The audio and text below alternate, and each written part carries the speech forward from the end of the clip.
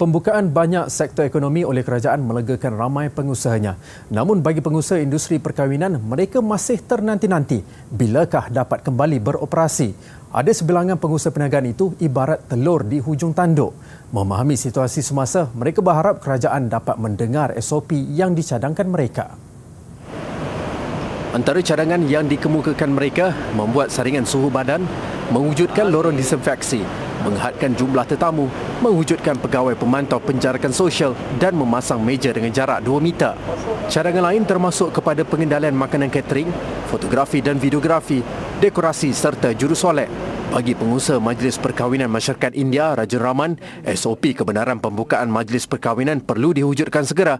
Ini kerana pihak pelanggan perlu merancang berbulan awal Majlis Perkahwinan mereka bagi membolehkan pihak pengendali majlis dapat membuat persediaan. Kalau kerajaan dah bagi kita approval lah, cakap okey ni SOP-nya, so kita boleh bersedia, kita boleh call customer kita boleh bagi tahu dia orang, we can tell the client, okey SOP is already out, so plan it. So klien pun kena sediakan dia punya guest list, dia kena invite dia punya guest, then we have to rearrange back. So it will take at least a month to 2 to them to prepare. That's why we asking at least SOP keluar awal-awal so kita boleh bersedia. So at least we need 1 month from kita to start the event after the SOP. Tambahnya, setiap pengusaha menanggung pelbagai komitmen seperti gaji pekerja dan kos sewaan dewan. Berkongsi keluhan sama, pengusaha Majlis Perkahwinan Masyarakat Melayu, Daeng Syamsaleh Hamzah, syarikatnya mengalami kerugian jutaan ringgit sejak PKP dilaksanakan. Dipindah tarikh yang kita pun sendiri tidak tahu sampai bila. Jadi kerugian kita daripada perkahwinan yang ratusan perkahwinan ini terpaksa ditangguhkan. Bermakna kita bila ratusan pengantin, majlis bukan perkahwinan, dia ada nikah, dan wedding kita pun back to back. Kita buat wedding pagi dan kita buat wedding malam. Jadi ratusan wedding ni membebaskan jutaan ringgit.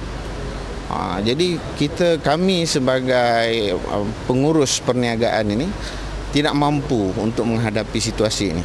Jadi sampai bila kami nak menunggu sebenarnya. Sementara itu, Presiden Persatuan Perkhidmatan Acara India Malaysia MIAE, Datuk K. Sivakumar berkata, semua pengusaha sudah bersedia dengan SOP yang akan ditetapkan. Ini ramai juga macam pelanggan yang dah mula minta refund.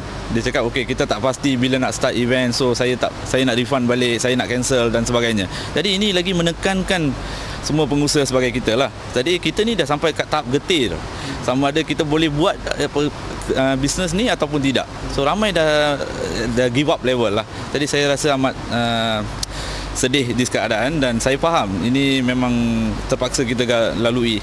So saya agak harap kerajaan akan menilai balik apa yang patut kita buat dan kita tetap akan mengikut cadangan KKM dan MOH untuk memastikan kita boleh start balik event.